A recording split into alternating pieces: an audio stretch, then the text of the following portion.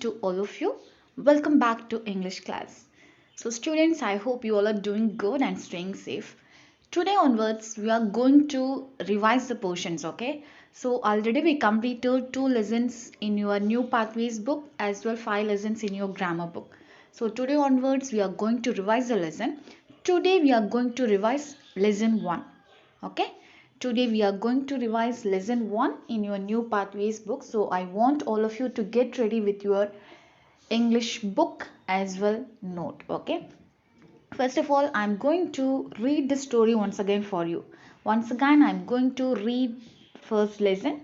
After that, we will revise the book back exercises, and then we can move to the portions that are in your note. Okay, fine. I hope you all are ready. So, if you are ready, let's get started. So, the first lesson is the Royal Parade. Am I right? The title of our first lesson is the Royal Parade. One day in the late summer of 1638, the sun was rising over the thick forest in Nagarhole. Jaya bathed and filled her pot from the Kobini river. As she walked home in her wet pavadi sati, she called out to Deva cheerfully. Deva, Deva the elephant calf hopped out of the thicket. On other days, Jaya and Deva would play in the river, splashing about and spraying water at each other. But today, Jaya gently held Deva's trunk and said, Deva, today Appa might return from Mysuru. I'm going to run home. Jaya's father was the chief of the biggest tribe in Nagarhole. The king of Mysuru had sent his god to the forest to summon him. The king wanted advice on herbal medicines. Jaya's father had taken special herbs and honey to the royal court a week ago. I will bring you some Mysore pak. Jaya hoped her father had remembered to keep his promise about the sweet. Deva trumpeted happily as he saw his little friend hurrying home, balancing the pots on her head. When Jaya neared her home, she saw people crowding there. "Ha! Appa is already home," she said.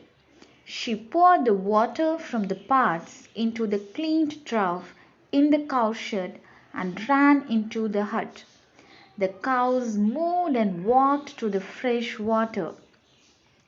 Jaya's father lifted her up and seated her on his lap with a big smile. He was telling the people from his tribe about Mysuru, the new king there, the magnificent palace, a throne made of pure gold, the wide roads, the crowded markets where everything was available, and the huge temples. He said the city was getting ready for a big festival called Dasara. He said during the festival, the king himself leads a grand parade of royal deities, noble families, military officers, soldiers, dancers, camels, horses, and elephants. The people listened in wonder as they sucked at their Mysore pak. Please take me to Mysuru, Appa, Jaya said. It is very far, daughter. Your legs are too small for the long journey. This year I will take your brother for Dasara, said her father, patting her head affectionately. Jaya jumped out of his lap and darted into the forest. Deva snorted joyfully on seeing his best friend again. Jaya ran to him and buried her face in his trunk, sobbing, I can walk too, Deva. You know that. But Appa will only take my brother to Mysuru. I too want to see the Dasara parade. Deva wrapped his trunk around Jaya and lifted her. Placing her gently on his back, he began to run towards the open field. Jaya knew this was not safe for Deva. Stop, Deva, she yelled. But they were burst out of the trees and ran across the field. Jay was shocked to see that the field was streaming with people and elephants. Deva turned back. Jaya pulled his ears, but Deva was in no mood to listen. He finally stopped in front of a chariot. "This is a very majestic elephant calf," said a finely dressed young woman in the chariot. Jaya soon learned that people had come from the Mysore palace to select elephants for the Jambu Savari, the elephant parade at the Dasara. "Turn back, Deva!" Jaya fearfully shouted into Deva's large ears. Deva shook his head. He took one step forward. "Little miss," said the woman in a happy voice to Jaya, "can your Deva come for the royal parade?" Jaya was very scared for Deva. "No," she shouted boldly. "He belongs here in the forest." "Of course, he will return to the forest after the parade. I promise." The woman's voice was reassuring. Jaya felt Deva was in safe hands. Also, she was so proud for her Deva. "But Deva won't have any friend in Mysuru," said Jaya after some thought. "Surely he will have you. I can see how close you both are. In fact, you can teach him the royal march."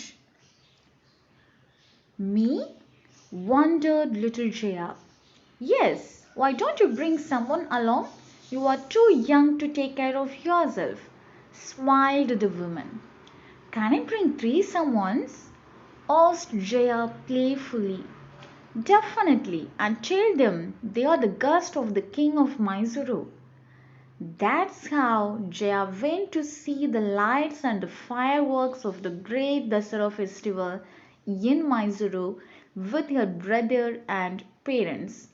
The graceful dancers, the smart soldiers, the brilliant band, the brightly decorated elephants, camels, and horses were all very fascinating. But Deva was the most elegant of all, and it was for Deva that Jaya and her brother cheered the loudest. Adapted by Nandini Nair. So, students, you all knew this story. So, today, once again, we read. So, now we can read the book back exercises. Okay, come on, all of you, take page number 15. Let's read the book back exercises. Please read the story again and again. Okay, it's uh it's not good only if you learned the book back exercises. Whatever question they ask, you should know to answer for everything. So I want all of you to read the story again and again. Okay, okay, come on. The story is set in two places. Which are the two places? A forest and Mysuru. Now come to number 5. Jaya was afraid because she felt that the strangers could harm Deva. Jaya stopped feeling afraid when the young woman in the chariot spoke reassuringly. Okay, now come to page number 17. Okay, fill in the blanks using words from the box. Mrs. Lalita Ravishankar is Sumit's dash mother. Rima is Ravi's dash wife. Bunty is Tulip's dash brother. Tulip is Mr. Ravishankar's dash granddaughter. Ravi is Bunty's dash father. Now proper noun, common noun, collective noun. So you all knew what is meant by noun. Name of a person, place, animal, thing or an idea are called as nouns. Okay. So proper noun in the sense if we give some specific or particular name to something, we can say that is proper noun. If you name of a person, place, animal or thing, you are referring that in a general way, we can call that as common noun, and a group of places, animals, things are called as collective nouns. Okay, now I want you to take page number 19. The box below has a few nouns. Use them to fill the table. Proper noun and common noun, okay? Qutb Minar, building. Kalpana Chawla, woman. Ganges, river. Dubai, city. Superman, cartoon character. How to Train Your Dragon, movie. Nepal, country. So, one more thing you have to keep in your mind, proper nouns always begin with capital letter, okay? And now come to the next one. Fill in the blanks using words from the box. Collective nouns, okay? The dash of hockey players is practicing for the match. The team of hockey players. The guest prize the dash of dancers. Troop of dancers. Dad is searching for his dash of keys. Bunch of keys. We have a photograph of a dash of lions in the Gir forest. Pride of lions in the Gir forest. The dash of sailors wore white uniforms. The crew of sailors wore white uniforms. Okay. Now come to page number 21. Now come to page number 21. Read the following words and their meaning. So I want you to read it. Okay. I think Superman is strong because he can lift cars. Okay, some words as well, how we can use the words, that's called as the read the following words and their meanings. Now come to the last one, words with silent letters. Wednesday, D is the silent letter. Knife, K is the silent letter. Sandwich, D is the silent letter. Talk, L is the silent letter. Y, H is the silent letter. Half, L is the silent letter. Guitar, U is the silent letter.